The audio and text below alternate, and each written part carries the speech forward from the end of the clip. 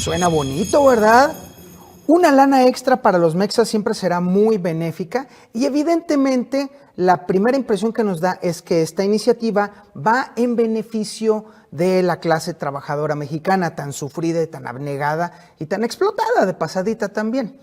Lo cierto es que esta iniciativa de Napoleón Gómez Urrutia, el líder charro minero, ya hizo que se paren de pestañas Canacintra y Coparmex, que dicen que este es el peor momento para mover una iniciativa de ese tipo, precisamente porque ya ha habido incrementos salariales sustanciales, ya se ha modificado el tema, se está modificando el tema, bueno, se ha modificado ya el tema de las vacaciones, se están incrementando de manera sustancial las prestaciones para muchos de los trabajadores registrados, y esta medida, arguyen, tendería entonces a provocar que los empresarios, sobre todo los micro y pequeños, decidan no contratar a más personas por el alto costo laboral que implica ello.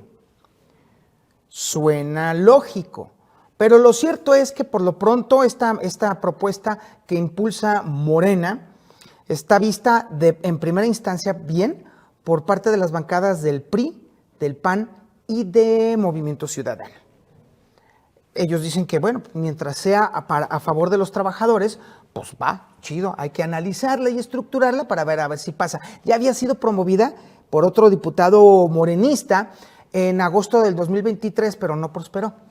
Entonces puede ser que ahorita si pudiera servir en el paquetote de reformas que está impulsando el presidente López Obrador. Con toda la claridad del mundo, podemos ver que esta medida, evidentemente populista, sí podría ir efectivamente en beneficio de la clase trabajadora, pero nada más hay que tener en cuenta algo.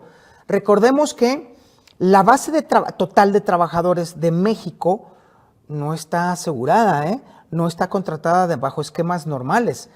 Es más, de hecho, la informalidad en México alcanza el 53%.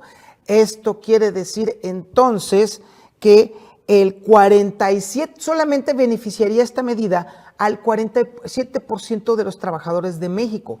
El resto se jode porque no tiene prestaciones, no están contratados de manera legal, están por fuera. Muchos todavía siguen siendo, digan lo que sigan, outsourcing. Y además las empresas sí van a buscar exprimir lo más que puedan este tema. Y si sube el costo laboral, pues ya se imaginará usted las consecuencias que puede pesar sobre, obviamente, los trabajos legales, por así decirlos. El grado de impunidad con el que están trabajando los criminales es ya inaudito. Justamente tras revelarse ayer las terribles imágenes de la masacre de un enfrentamiento que hubo entre tlacos y la familia michoacana allá en Guerrero, también surgió algo que le brincó a mucha gente. En el video, terrible, también se alcanza a ver un jeep que tiene la leyenda de Ejército Mexicano. Entonces, evidentemente, a muchos les brincó. El Ejército Mexicano de inmediato, sí, la Sedena, luego salió a desmentir el asunto. No, este no es un jeep del Ejército Mexicano. Y de hecho, mostró en fotografías las diferencias que hay entre un jeep verdadero y un jeep clonado. Con toda la claridad del mundo, los grupos criminales lo que están buscando es, aprovechando el buen clima de los abrazos y no balazos, es también utilizar las siglas del propio ejército para poderse mover libremente, no solamente en las zonas serranas, que son de difícil acceso, sino también entre la población civil y los centros urbanos. Y por supuesto que esto nos brinca bastante, porque entonces, aunque la imitación no es perfecta, pero sí es lo suficiente como para poder engañar en una primera instancia incluso al más versado. La impunidad, insisto en este tema, es un grave problema porque esta requiere de que el criminal tenga conciencia de que puede hacer las cosas, puede hacer crímenes, puede hacer este tipo de cosas, clonar incluso vehículos del ejército, sin que haya consecuencias. ¿Por qué? Pues porque la política de los abrazos y no balazos lo permite, lo genera. Y pues la verdad es que los abuelitos y los papás y las mamás están muy lejos como para que los vayan a acusar con ellos. A ese grado están llegando ya las cosas. Insisto, de verdad, ya urge hacer algo al respecto porque el país se nos está perdiendo. Y este grado de impunidad ya tan terrible nos puede cobrar facturas enormes, altísimas, mucho más altas que si atacamos con todo al crimen organizado. Ahí se la dejo al costo. Y la jornada se convirtió otra vez en el pasquín de la Cuarta Transformación con esta babosada, de verdad. Durante la transmisión del alta de Xóchitl Gálvez como candidata ya formal de la oposición, en un momento dado, Xóchitl Gálvez, ya cuando le tocó ya levantarse para entonces recibir el documento que la acredita como candidata, agarró un chicle que se estaba comiendo y lo pegó debajo de la silla. Pues de hecho ahí está, mire, estaba con su chiclito, agarra su chiclito y luego después lo pega debajo de la silla. Esto no solamente lo trae la jornada, también lo trae otro pasquín cromador de la 4T que es justamente Contralínea. Ay, Dios mío, ¿qué le puedo decir? Este tipo de periodismo barato lo único que está haciendo es, de alguna manera, humanizar todavía más a Xóchitl Gálvez. O es decir, de alguna manera le están haciendo un favor, porque aunque es una costumbre muy poco higiénica y muy molesta, sobre todo para los que acomodan sillas, evidentemente, no manchen, todos alguna vez lo hemos hecho, no me chinguen. Por ejemplo, yo sí me puedo decirle yo que alguna vez sí, o 2 o 3 veces en mi vida, y ¿dónde pongo el chicle? Va debajo de la silla. Es algo que incluso hasta hay quienes lo hacen en su propia casa. Es algo que casi todos los mexicanos han hecho alguna vez en su vida. Y hacer este tipo de cosas lo único que hace es fortalecer esta imagen de que Xóchitl sí es una persona común y corriente. Y obviamente esto genera más simpatías hacia Xóchitl que animadversión hacia Xóchitl. Es un error garrafal este tipo de notitas estúpidas, pero además también nos permite retratar con toda la claridad lo que es el periodismo militante de lo que es verdaderamente periodismo. Esto no es periodismo, esto ya es un intento de descalificar de cualquier forma a una aspirante. Y de alguna manera también nos viene a confirmar una tercera cosa, Se mueren de miedo, Se están muriendo del mendigo pánico porque efectivamente algunos momios en algunas encuestas están empezando a hacer subir a Xóchitl Gálvez en los sondeos. No con la velocidad que lo necesita.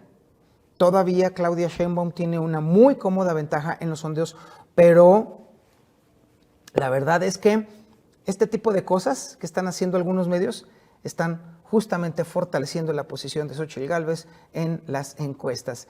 Y eso a la 4T la pone de rodillas y cometen justamente este tipo de errores.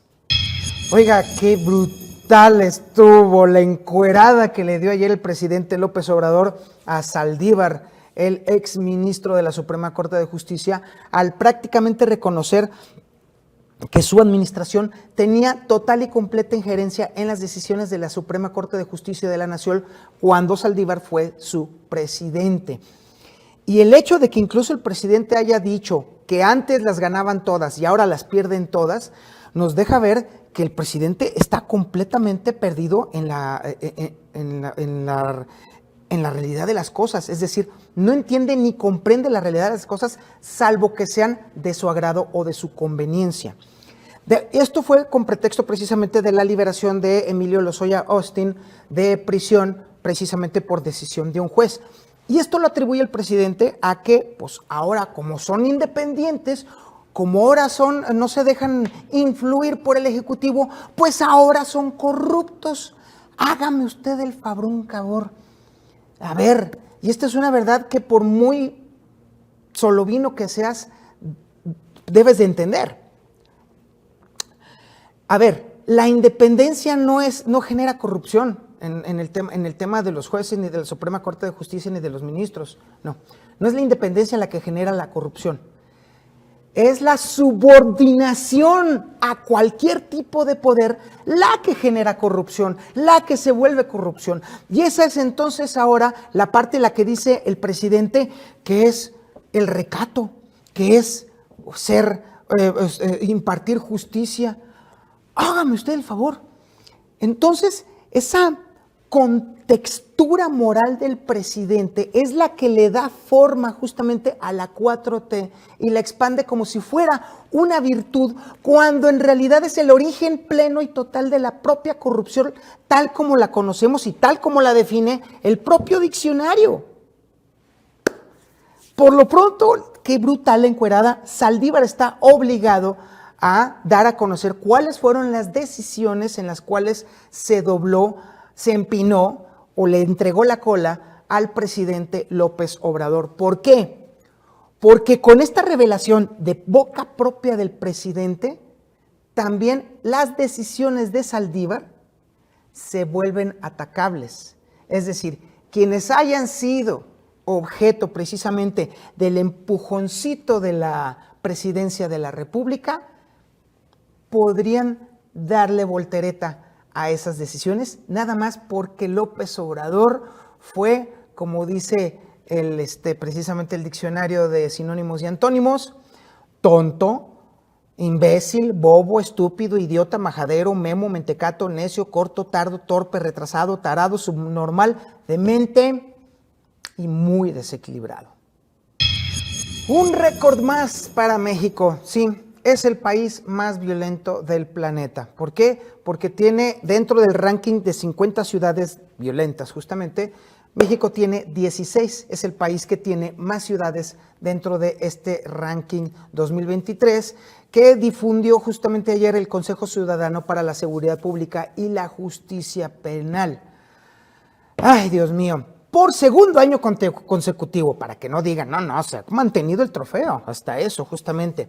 Resulta que es Colima la ciudad más violenta de todo México. Es la que tiene el mayor índice de asesinatos violentos. Bueno, sí, un asesinato normalmente es violento. Y evidentemente la tasa de homicidios por cada 100,000 habitantes está altísima, la más alta de todo el país y por supuesto una de las urbes más violentas del planeta. Muy atrás quedaron los tiempos en los que, por ejemplo, Afganistán era uno de los países más inseguros del planeta, ¿no? Ahora resulta que es México. Sin embargo, para la cuarta transformación, para el presidente y evidentemente para los solovinos que están así todo el tiempo, pues obviamente todo está toda madre, todo está muy bien. Ay, qué chido, mi presidente está bien bonito, todo ese tipo de cosas. Pero evidentemente también nos queda bastante claro que no les importa, de hecho, que México se esté perdiendo, sino que incluso hasta lo celebran y lo vitorean como si fuera una superconquista. Y luego al mismo tiempo sale la desafortunadísima declaración del presidente de que el Poder Judicial antes se le sometía al grado de empinar la cola para que dispusiera de él el presidente, pues todavía nos hace decir, bueno, no es nada más el tema de la violencia, el tema está en que la impunidad y la corrupción que por lo menos prevalecía cuando estaba Saldívar ahí en la Suprema Corte de Justicia de la Nación, entonces pues obviamente no se debe ver que estamos en un país que se ha permitido y se ha dado el permiso de pudrirse hasta lo más profundo. Urge hacer algo. Bueno, por lo menos lo reconoció, ¿sí? Reconoció que el narco se ha expandido, pero obviamente le echó la culpa al pasado. El pasado es el importante, el pasado es el malvado. Lo que pasó antes es lo que importa, no lo que se está haciendo ahorita. Ahorita, ¿cómo le vamos a hacer? Es la lógica del presidente y es la lógica que han abrazado los solovinos y los adeptos y los adictos a la cuarta transformación. El reconocimiento por parte del presidente de que el narco en Guerrero ha penetrado no solamente por su poderío, sino también porque se ha sentado reales en las bases sociales y aparte también se ha beneficiado del clima político e incluso ha penetrado a partidos políticos, no es cosa menor, no es un tema que nos haga sentirnos así como que impávidos ante la estulticia y la estupidez evidente de la 4T y de quien lo lidera. No, el hecho de que el propio presidente lo reconozca obviamente se añade a el cúmulo de errores que ha cometido López Obrador a lo largo de su trayectoria como opositor en algún tiempo y luego después como presidente de la República. Miren, no quiero ser yo el que lo diga, pero bueno, tanta aceptación por parte del presidente de que el crimen organizado ha penetrado. La política de abrazos y no balazos. El haber permitido que el narco penetre en todas las esferas sociales y económicas del país. Y aparte también haber sido omiso en la detención de importantes narcotraficantes. Y bueno, ya ni se diga lo del tema del saludo a la mamá del Chapo y ese tipo de cuestiones, hacen que todo esto permita ante la tribuna mundial que se le considere efectivamente como un narcopresidente. Si no ha negociado o ha aceptado la intervención del narco directamente en sus decisiones de gobierno, por lo menos sí lo ha hecho por omisión, lo ha permitido por omisión o por ausencia. Y esto en un tribunal de Estados Unidos sí se puede convertir en un problema. Pregúntenle a varios presidentes de Sudamérica, bueno, más bien expresidentes de Sudamérica, que por menos están en Chirona o estuvieron en juicio. Es más, simplemente ahorita hay uno que está acusado de haber apoyado al Chapo Guzmán, uno de Sudamérica, justamente. Con todas las evidencias y de boca propia y de las acciones propias del presidente, ¿usted cree que no pudiera sucederle algo simpático ni bonito? De menso el presidente sale del país después de su presidencia. Va a buscar morirse aquí.